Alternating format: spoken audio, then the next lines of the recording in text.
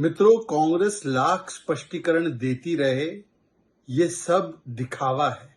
जो अंदर की बात थी वो अंकल सैम ने बाहर कर दी। अंकल सैम कोई छोटे मोटे व्यक्ति नहीं है। अंकल सैम गांधी परिवार के सबसे बड़े विश्वस्त है।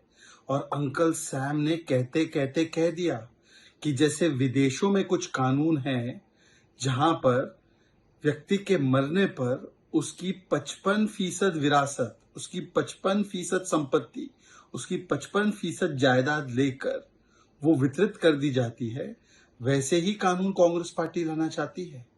उन्होंने साफ साफ कहा है, और इसका अर्थ ये है कि यदि कोई किसान अपनी जमीन बनाता है, जमीन रखता है, और उसके बाद उसका अगर देहांत हो जाता है तो वो जमीन उसके बच्चों को नहीं जाएगी। 55% उस जमीन की कांग्रेस पार्टी छीन कर अपने वोट बैंक को दे देगी। यदि कोई दुकानदार बड़ी मेहनत के साथ टैक्स भरने के बाद अपनी दुकान खड़ी करता है तो उसके मरने के बाद वो दुकान उसके परिवार के हित में नहीं होगी। उसमें से 55% कांग्रेस पार्टी छीन कर अपने वोट बैंक को दे देगी। अगर आपने बहुत मेहनत से कुछ रुपए जमा कर दिए अकाउंट में और उस पर टैक्स भी दिया हुआ है, कांग्रेस पार्टी कहती है कि आपके मरने के दिन पर वो 55% उसमें से निकालकर वोट बैंक को दे देगी। अब कांग्रेस पार्टी का ये रहस्य जब अंकल सैम ने बाहर कर दिया तो कांग्रेस बोल रही नहीं नहीं नहीं, ये हमारा स्टेटमेंट नहीं है, ये हमने नहीं कहा। पर सच तो ये है कि अंकल सैम तो राहुल के गुरु है। राहुल की हर विदेश यात्रा में अंकल सैम होते ही नहीं होते।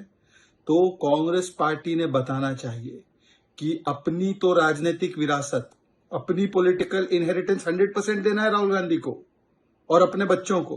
पर अगर कोई ईमानदार, अगर कोई व्यक्ति जो नागरिक है वो मेहनत करके टैक्स भर के अगर अपनी दुकान, अपनी किसान की जमीन या अपनी कोई संपत्ति या अपनी कोई सेविंग अपने बच्चों को देना चाहता है, उसमें से 55% कांग्रेस पार्टी लेना चाहती है।